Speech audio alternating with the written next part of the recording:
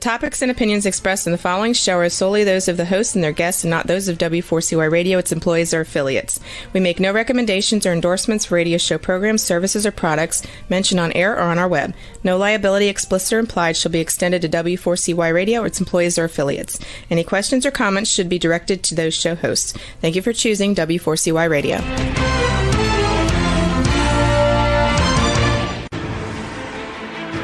What's working on purpose anyway?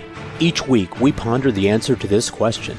People ache for meaning and purpose at work, to contribute their talents passionately and know their lives really matter. They crave being part of an organization that inspires them and helps them grow into realizing their highest potential.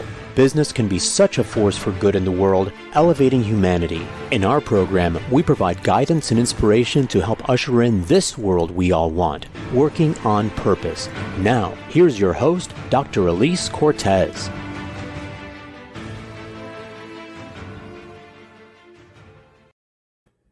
Welcome back to the Working on Purpose program. Thanks for tuning in again this week. I'm your host, Dr. Elise Cortez, joining you live from Dallas, which is home base for me. By way of introduction, I'm a management consultant specializing in meaning and purpose, organizational logotherapist, inspirational speaker, social scientist, and author. You can learn more about me and how we can work together at elisecortez.com and gusto-now.com. Let me thank my partner and sponsor, WorkProud. We are a perfect collaboration. Everyone wants to know they matter and that the work they do is meaningful and appreciated. WorkProud is a mobile platform built to encourage employees to share stories and recognize each other's contributions, actions which increase meaning and fulfillment at work. WorkProud empowers HR and business leaders to create company cultures where all employees are inspired to feel proud of their work and proud of their company. Check them out at workproud.com. With us today is Bea Bocalandro, president of VeraWorks, a global consulting firm specializing in workplace purpose. She's the author of Do Good at Work, How Simple Acts of Social Purpose Drive Success and Well-Being. We'll be talking about the motivational importance of social purpose at work, job purposing, and some methods of job purposing which can make any job more meaningful. She joins us today from San Clemente, California. Bea, welcome to Working on Purpose. Thank you, Elise. I'm so happy to be here. Your show is so insightful. I just hope I can keep up with all the insights of your prior guests and yours. Oh, you're so lovely to say that. I remember fondly when I got the email from you and you'd said that you'd heard a couple episodes, including the one that we did with Aaron Hurst. And I think, by the way, that we were at the same conference in 2019. We were. Right? We were in the same place. Then. We were in the same space. But for those of you that are watching, let me hold up the beautiful book that she wrote. It's called Do Good at Work. Here it is. It's just beautiful. And I loved reading it. We're going to dive right into it. I think it would be really fun, Bea, to start the conversation the same way that you did the book, which I just thought was so endearing. And it was the way that you talk about the advice that you got from your father, who, of course, you affectionately refer to as Poppy. And you say Poppy's words of advice were, and that went along with his early work experience and his career, were to listen beyond the clamor of your wants for the whisper of the world's needs. Oh, there it is on the coffee cup she's holding up. So great. So the reason it's on the coffee cup is because early readers wanted the swag. They were like, Poppy stole the show. I know the book is about allegedly, somewhat about you and about all these concepts, but he stole the show. So could I have a mug or a t-shirt with his quote? So, yes. My father was he was a complicated human like most of us. But, this is a sign of hope because he was the happiest workaholic you could imagine. He loved work. Yes. We would sit down.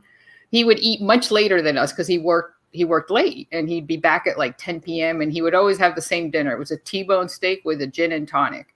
And that's living nicely. Thank you very much. Yeah.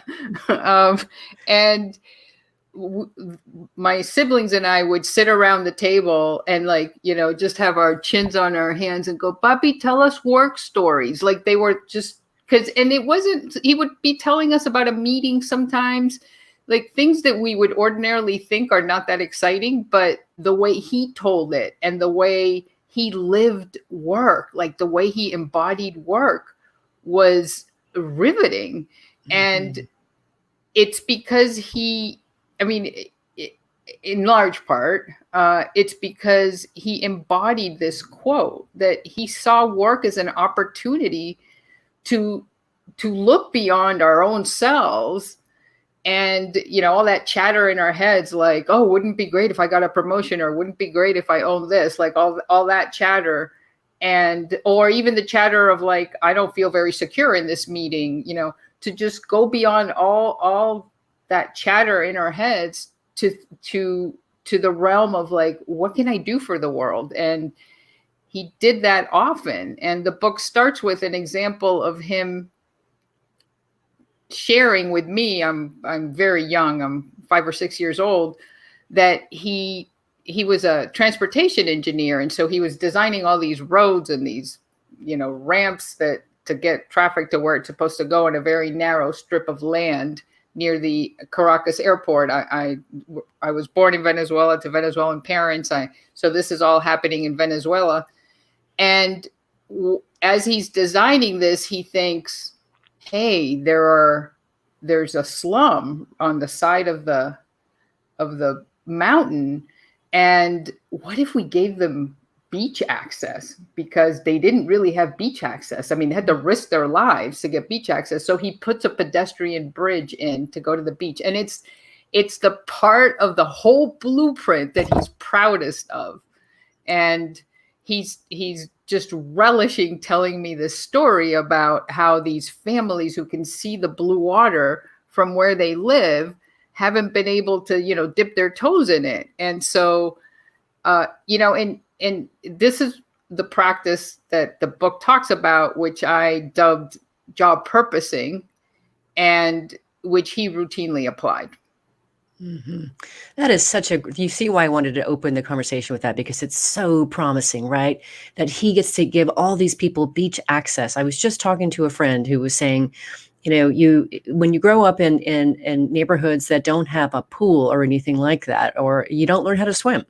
So your father also probably allowed a lot of people to learn how to swim early on in life when they probably would never have. So that's amazing. That's a great point. Right? It's a great point. How many lives he saved too, in addition to giving them access to recreation. So I love starting with that. And that's why I wanted to do that, because that represents the possibility that we all have to look beyond our immediate jobs for another way to make a difference in the world, which brings me to the next piece that I wanted to speak about, because one of the reasons I am so grateful you came into my life, because we really are two peas in a pod, right? We care about the world of work and work being fulfilling.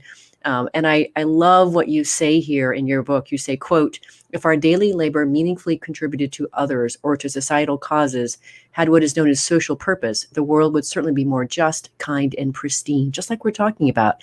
That's the promise we're talking about here. Yes. And, there's over 100 examples of job purposing in the book, and most are small. Yeah, even smaller than my dad's. Some are just being kind and things that people with very little authority can do. And it's really easy to be skeptical, right? Like, how much good is this going to do, right? And we know that over 90% of Americans believe that the world is not getting better, that all these things that nonprofits are doing and government is doing and volunteers with their, heart in their hands do day in and day out to improve the human condition, to elevate, it's where we are, where we're going, to eliminate these stubborn problems, don't work. We think the world is getting worse. And by the way, the numbers are about the same globally. And what's interesting is that is patently incorrect. There's a great book called Enlightenment Now by Steven Pinker at Harvard. Mm-hmm. And he goes through all of human, all of our struggles, everything from health to environment. And I know that one sounds surprising, to violence. Every single human issue you can think of. At least I couldn't think of any. The whole book is dedicated to this. And he looks at the history of it, however much history there is, usually hundreds of years, and always hundreds of years, sometimes even thousands of years. We have relatively decent data.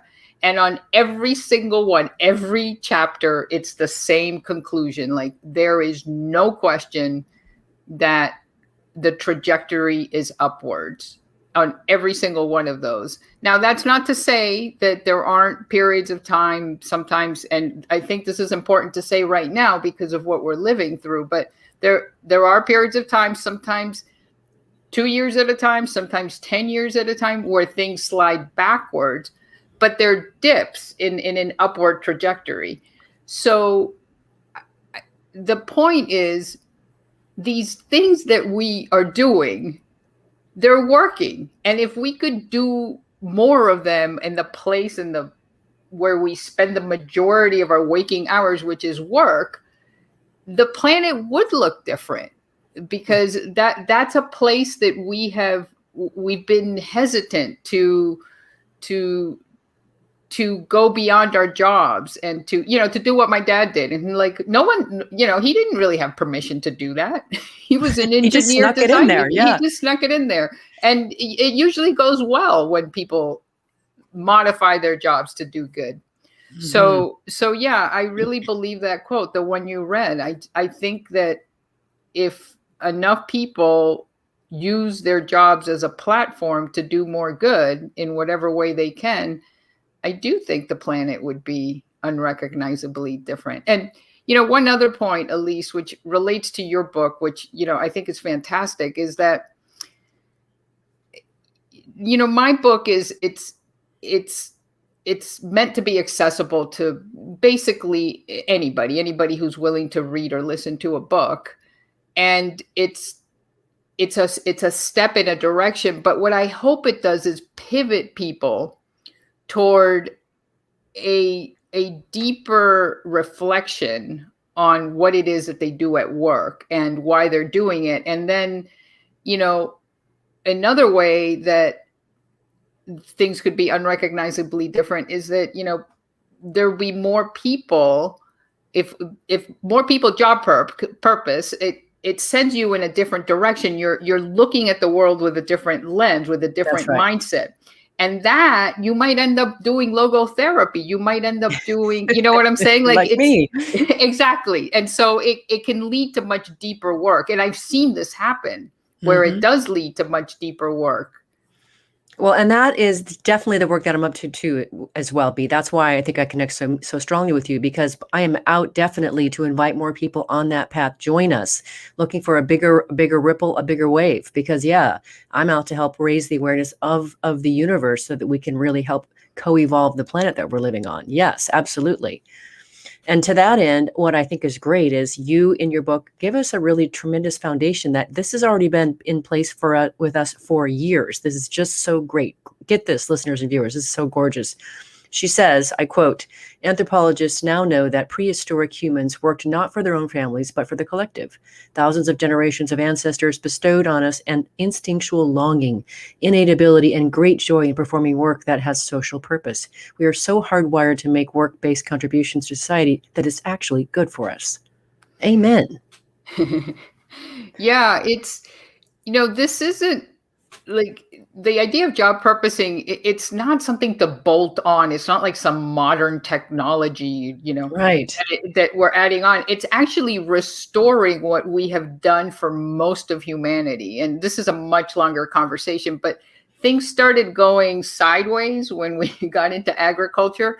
And there are many very good things about agriculture. I'm not trying to send us back to the Stone Age or anything, but one of the things that it cost us is that beginning with that transformation, and Aaron Hurst knows a lot about these different phases in work. One of your guests, who I thought did a fantastic job, but at explaining them. But before agriculture, we would go hunting or gathering, and it would always be in groups.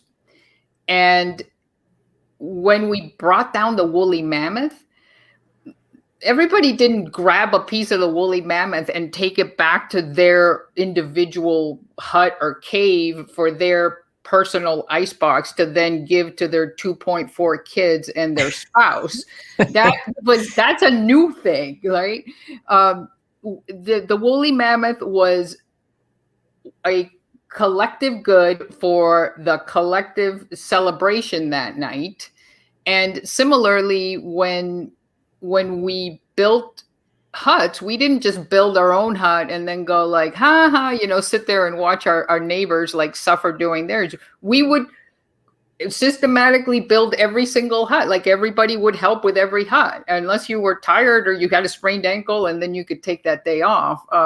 And in fact, so work was so fulfilling because it was for the whole tribe that it didn't even, there was no word for it, because it was the same as leisure. It was literally the same thing as, playing with your toddlers or sitting around and playing games with your tribe members, or visiting another tribe and gossiping.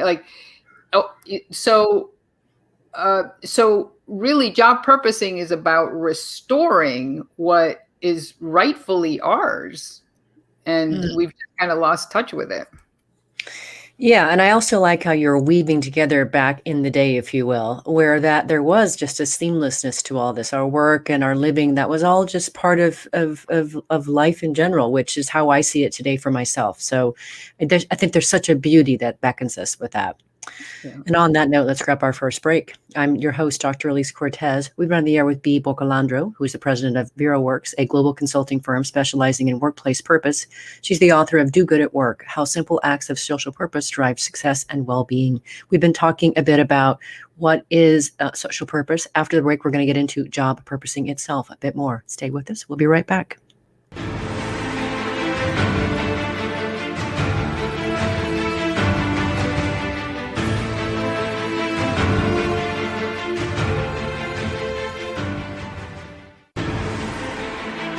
Dr. Elise Cortez is a management consultant specializing in meaning and purpose, an inspirational speaker and author. She helps companies visioneer for greater purpose among stakeholders and develop purpose-inspired leadership and meaning-infused cultures that elevate fulfillment, performance, and commitment within the workforce. To learn more or to invite Elise to speak to your organization, please visit her at elisecortez.com. Let's talk about how to get your employees working on purpose.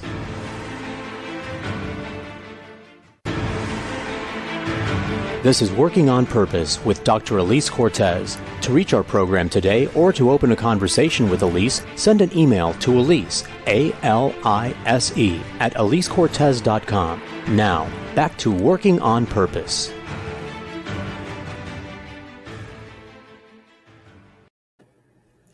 Thanks for staying with us. Welcome back to Working on Purpose. By way of update, we've been working on some ways to help companies care for and support their employees as they face anxiety, stress, depression, and feeling disconnected in the ongoing pandemic and beyond. So in addition to the complement of purpose and meaning consulting and programs, the Grab Your Gusto, Wellbeing and Vitality from the Inside Out webcast learning series is now available. If you want to know more about it, reach out to me via email. That's the best way to do it. It's Elise at elisecortez.com. If you're just joining the program, my guest is Bea Bocalandro. She's the author of Do Good at Work, How Simple Acts of Social Purpose Drive Success and Well-Being. She joins us today from San Clemente, California. I'm your host, Elise Cortez. So just before the break, Bea, we were starting to presence the idea. I just wanted to get this real quick in the minds of our listeners and viewers, this notion of the intertwined notion of life and work, and that what we've come to realize, of course, Aaron Hurst does this beautifully, is that the chances of us having a meaningful life go down significantly if our work is not meaningful. And I think it's really important to recognize. So all the more reason what you and I are doing is trying to help people get access to greater meaning and fulfillment in their work, because that spills over and colors the rest of their lives. Yes. Yeah. One of the terms I hate is work-life balance. Me too. It's outdated anyway. I'm like, okay, so if life is the opposite of work, then isn't that saying that work is death? Like, it just makes no sense to me. And we know, so studies find that if your job satisfaction drops by 10%, then your life satisfaction drops by 6%. So almost the full, like the bulk of the full drop happens in your life as well. And so I don't think it makes sense to continue under this paradigm that we seem to have accepted, I don't know, sometime in the last 100 years, that it's like, okay, work can be unfulfilling, it can be painful, it can like crush my soul, and somehow I'm going to make up for it in the remaining time that I have. So that's one reason why I focus on work. And I know that it's one reason you do as well. I do. That's right. We are. Work. I'm so someday going to be on your doorstep, and we're going to meet and have a couple of glasses of wine and dinner for sure, at least. So just look out. The knock is coming. I look forward to it. Okay, good.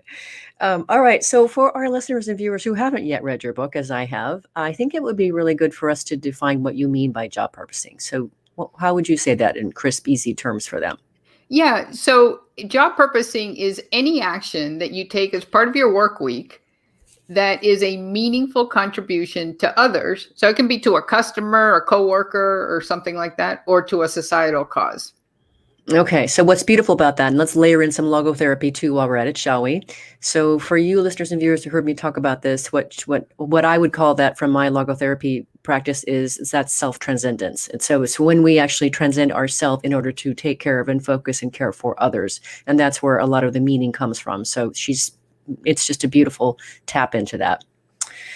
Okay, so now, if you can, you talk about 8 ways that social purposing benefits people. Let's not go into all of them because I want them to also read the book, but let's give them a smattering of a few. What would you like to share from that list?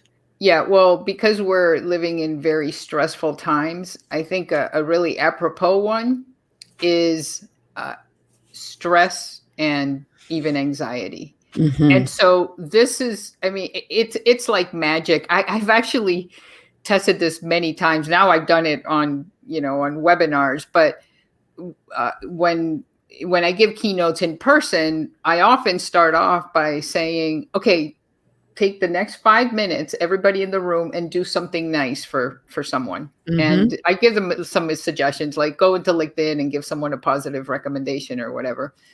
But the one thing I do, there's a pre-test and a post-test. I ask them on a scale of 1 to 10 how stressed they are before they do it and after they do it. And consistently over 60%, and then I ask them to stand up. If your stress went up, stand up. Usually there's 1 or 2 people. I offer them chocolate because that's the other thing that works. Okay, good. At least in my. And then if your stress stayed the same, go ahead and stand up. And usually that's between 20 and 40% of the room.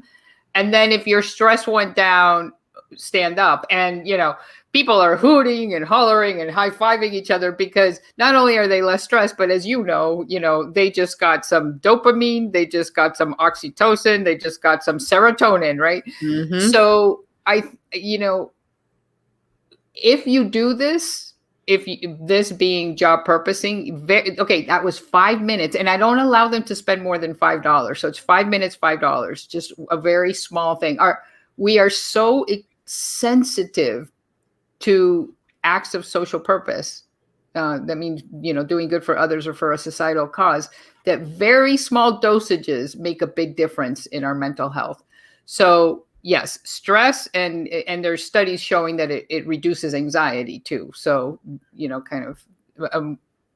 all the way to reducing anxiety. And they've even shown it by looking at the stress response in the brain under an MRI when people are doing an act of social purpose versus when they're just doing something fun, for example. And they know that the stress response is physiologically dampened in the first case.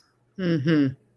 And just to do the book, and if we can then be, since your book is actually, in your subtitle, does actually say that how simple acts of social purpose drive success and well-being. Maybe you could speak a little bit to how social purposing drives success.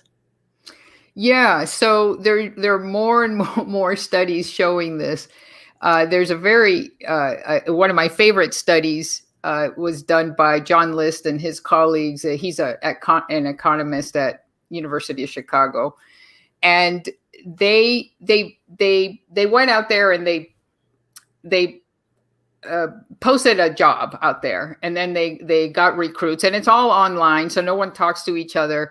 A random half of the people who were interested in the job were told about, and this is it's all authentic. So they set up a company to make sure this was all authentic. So a random half was told that were told what the social purpose of the organization was, and it basically amounts to helping nonprofits with better rates. Okay. And so the other half was not told that their work had anything to do with social purpose.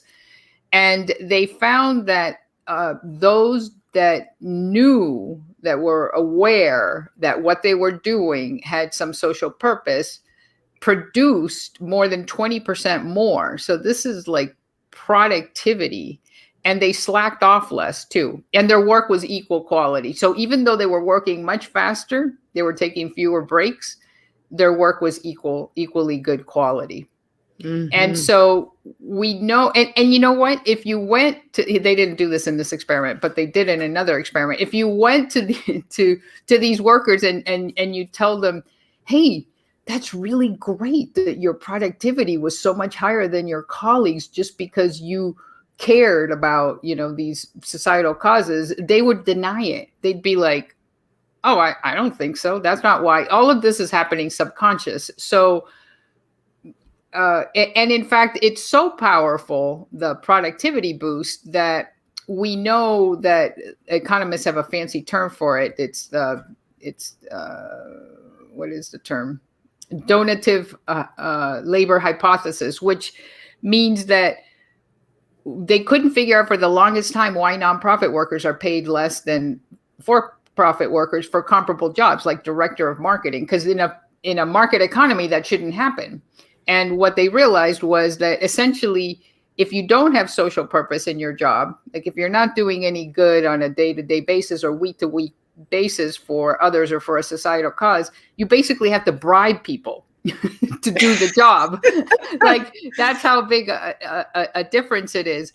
So productivity is one, but and I know you talk about flow. It's much easier to get into a state of flow if you feel like what you're doing matters to someone or to a cause out there.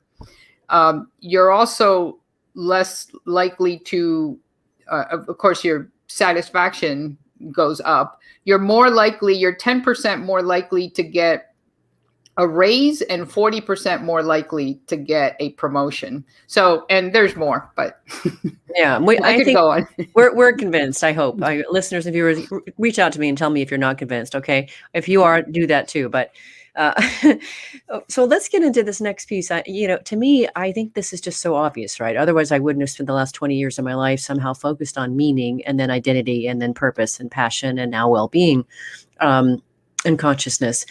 How do organizations recognize that they should be working with you? How do they start? How do they figure out, oh my gosh, I need Bea and her team?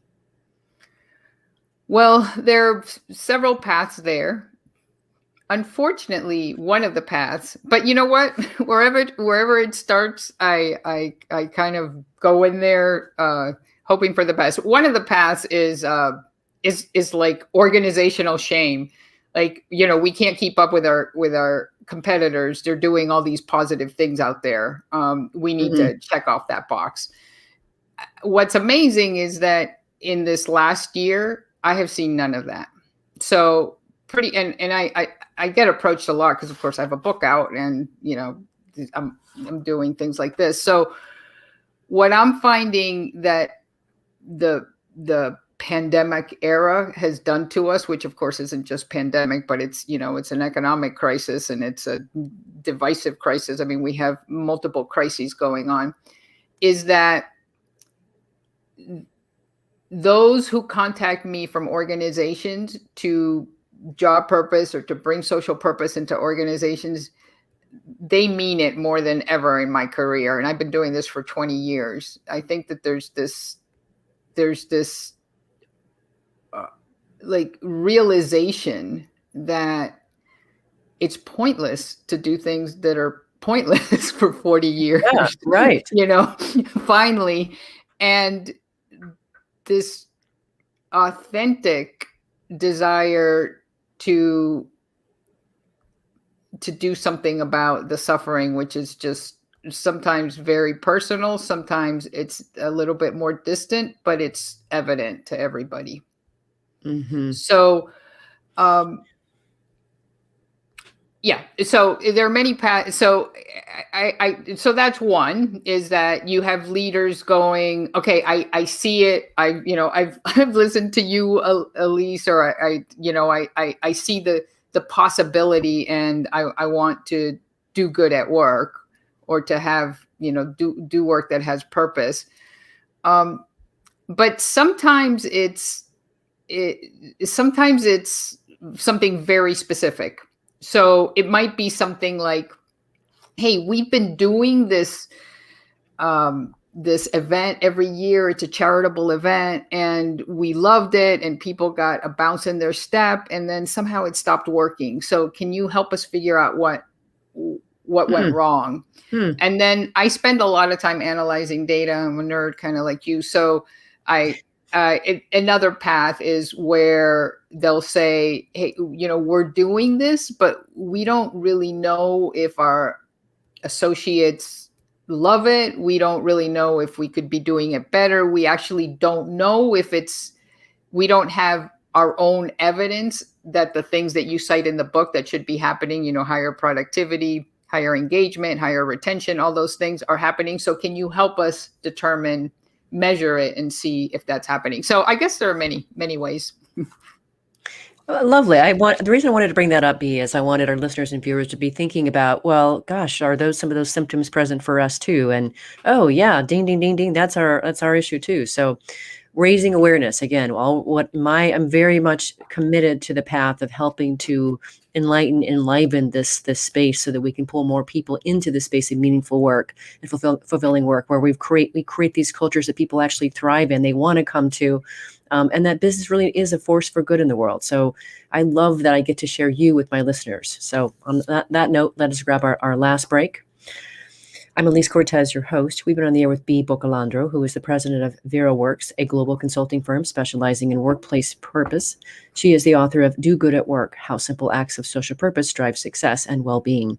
We've been talking about job purposing. After the break, we're going to get more into the methods itself. Stay with us. We'll be right back.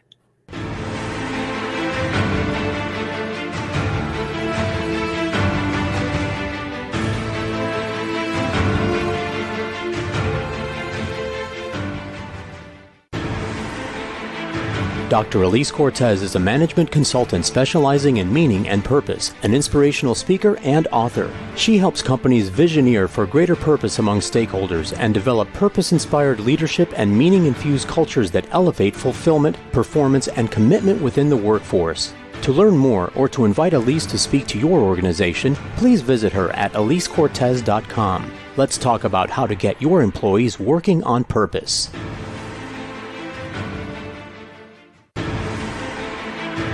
This is Working on Purpose with Dr. Elise Cortez. To reach our program today or to open a conversation with Elise, send an email to Elise, A-L-I-S-E, at elisecortez.com. Now, back to Working on Purpose.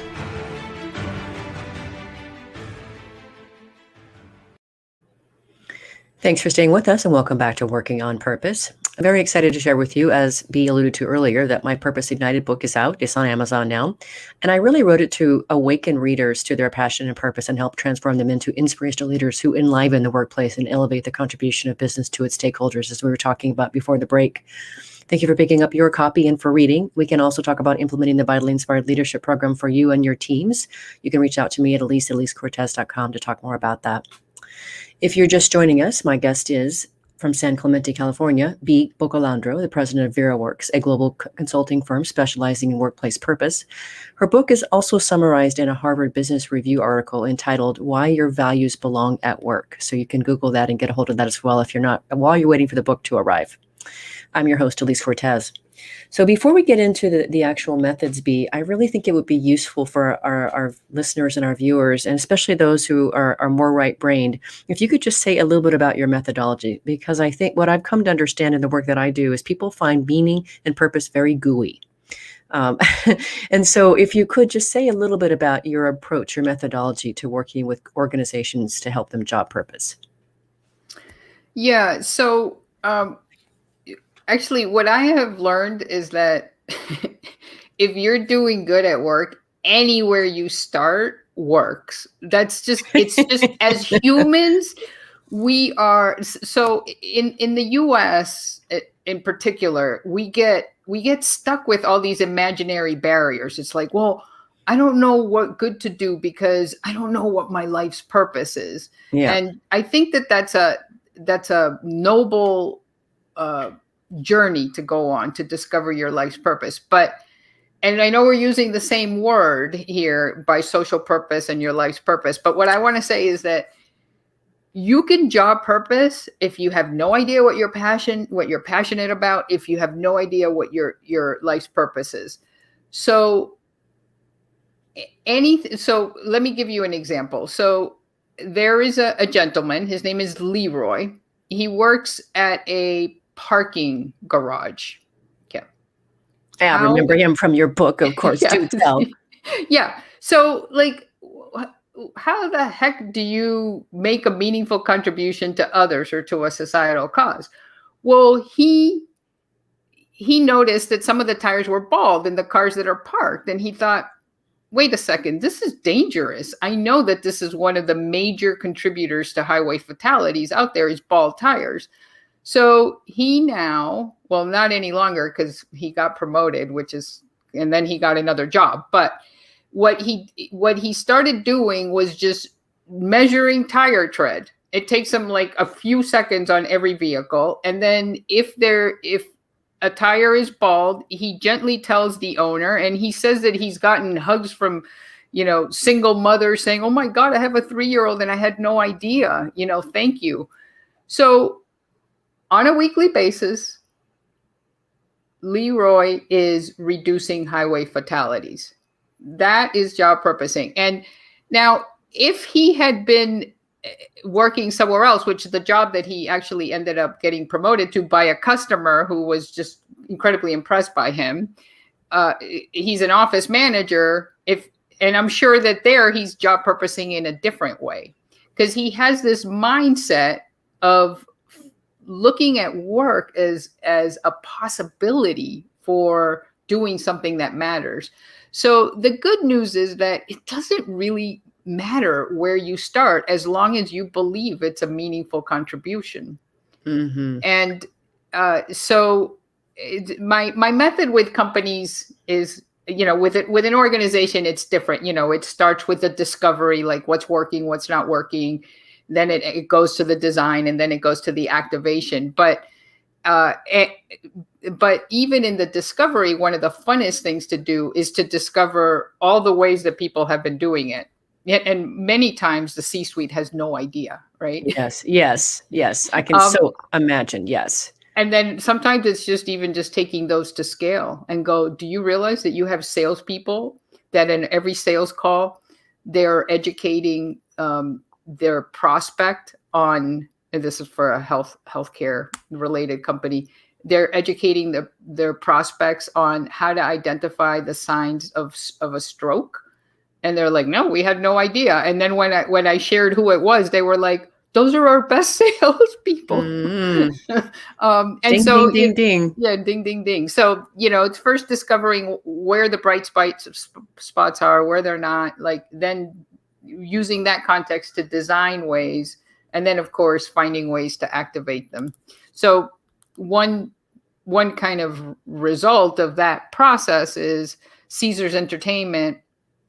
They have over 80 properties, hotel properties, and they're throwing out soap because who uses a whole bar of soap in 1 or 2 nights, right? And what they decided to do was to invite the housekeepers to collect the soap, and they send it to Clean the World Foundation. They sterilize it, and they put the soap in the hands of families all over the world who are at risk of dying of preventable diseases because they can't do proper hygiene. So that's an institutionalized program that was that Caesars Entertainment started, and I work with them, so I have the privilege of looking at the data, and the data shows that housekeepers, where this, now it exists everywhere, but where this existed and we're doing this, and it's voluntary, they don't have to, but almost 100% do, have much higher engagement scores. So, that's a way of looking at everything the company has to offer, including what used to be waste, which was soap, and figuring out, is there a way to rethink this, to repurpose, to redesign, to something so that it tilts towards the positive. This is just so yummy. I want to add a couple things to what we're talking about here, and also distinguish for our listeners as you did at the beginning of this thing here. So first, let me start with the meaning piece. So again, as from a logotherapy vantage point and as a longtime meaning and work researcher, what I want to showcase is that whole thing about meaning is we as humans, of course, have this tremendous capacity to ascribe and create meaning, which is different from the logotherapy world, by the way. It's more about discovering it there. But what I want to showcase about the meaning piece, the reason meaning is so motivating, and it's our chief motivating force, is because meaning is registered in the limbic brain alongside memories and emotions. And so meaning is always emotional. That's why it works. That's why it's motivating. So I want to first start with that. That's why, picking up the soap and realizing I can make a difference to these lives of people that I've never met, I can make a difference to the world, works. Okay. So only thread that piece first.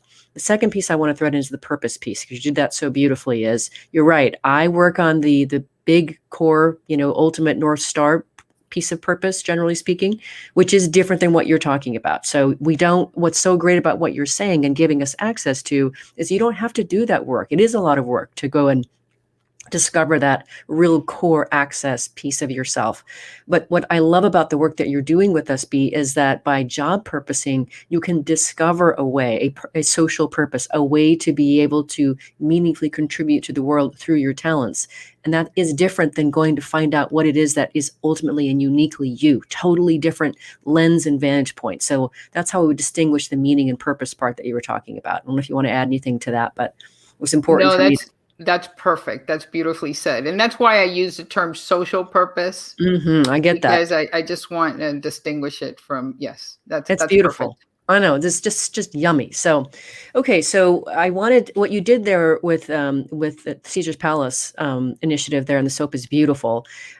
We've got some more time. Can you share maybe one or two other job purposing methods or stories that will help us understand? Yeah. So I have a dozen methods in the book. The first one is, whatever you're doing, you keep doing it, but you tilt it towards the positive. And so Leroy is an example of that. And I want to start with that one because it's the most powerful one, because usually you can take it to scale. I mean, he does dozens or hundreds of cars a day because it's part of his core task.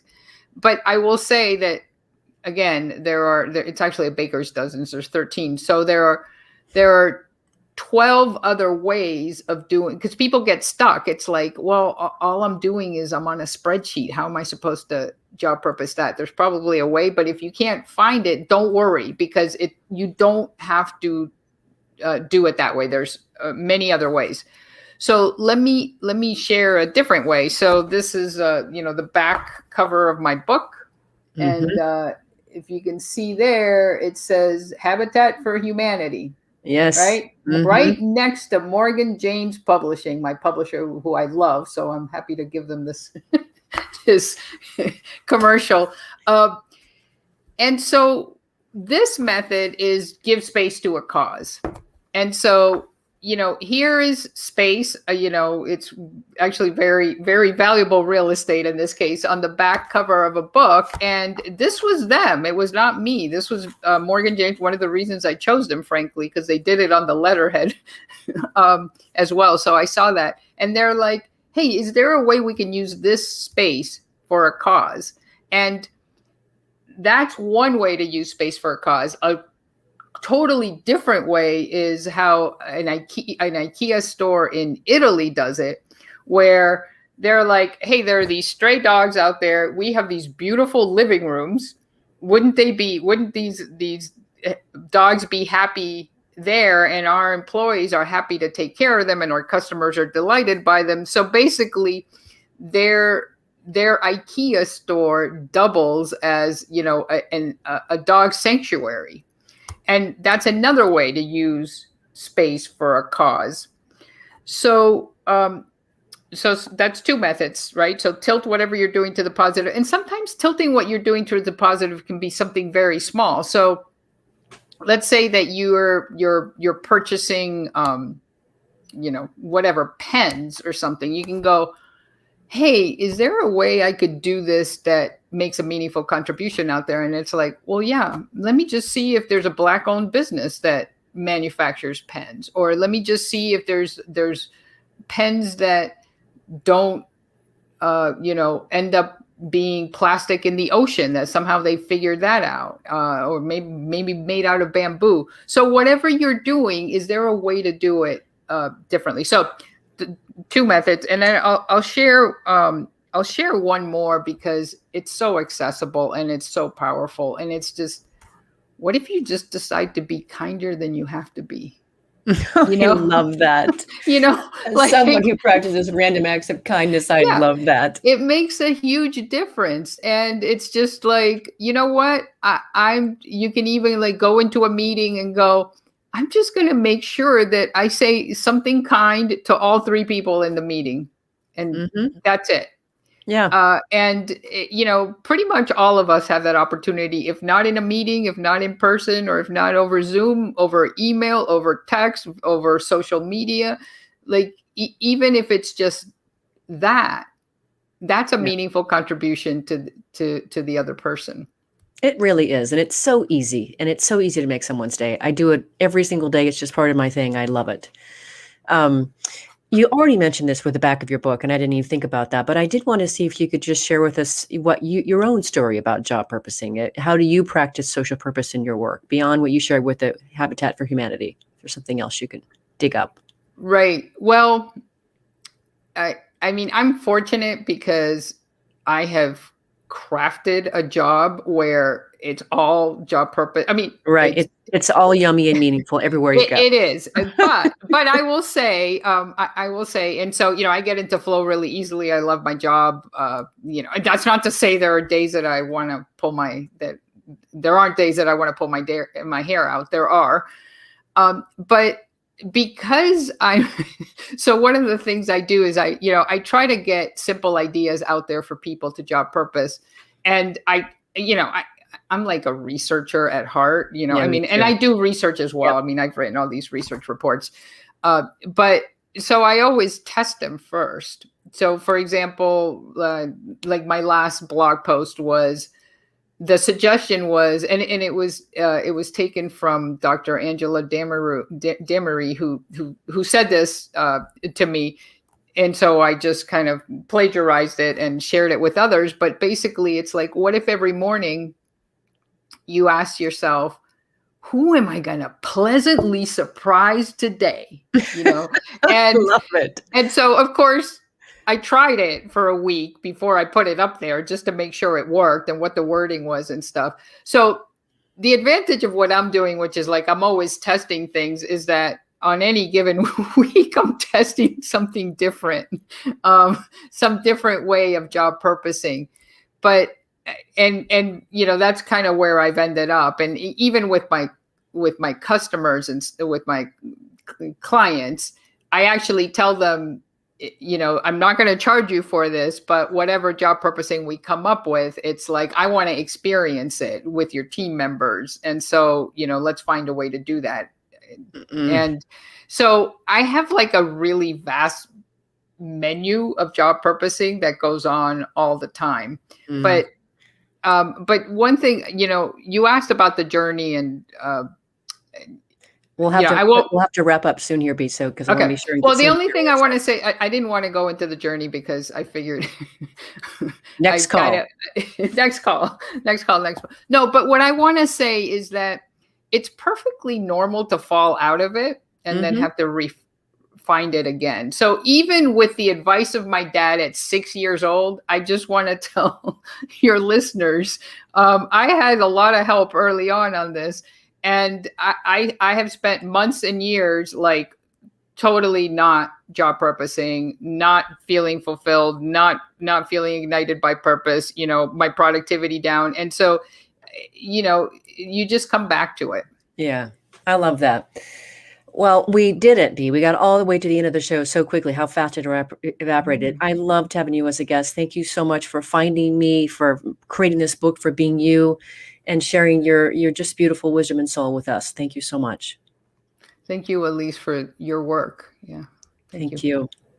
Listeners and viewers, if you want to learn more about Bea Bocalandro, her book, Do Good at Work, or the work her team do at VeraWorks, the best way to start is just go to her website of dogoodatwork.com. Again, it's dogoodatwork.com.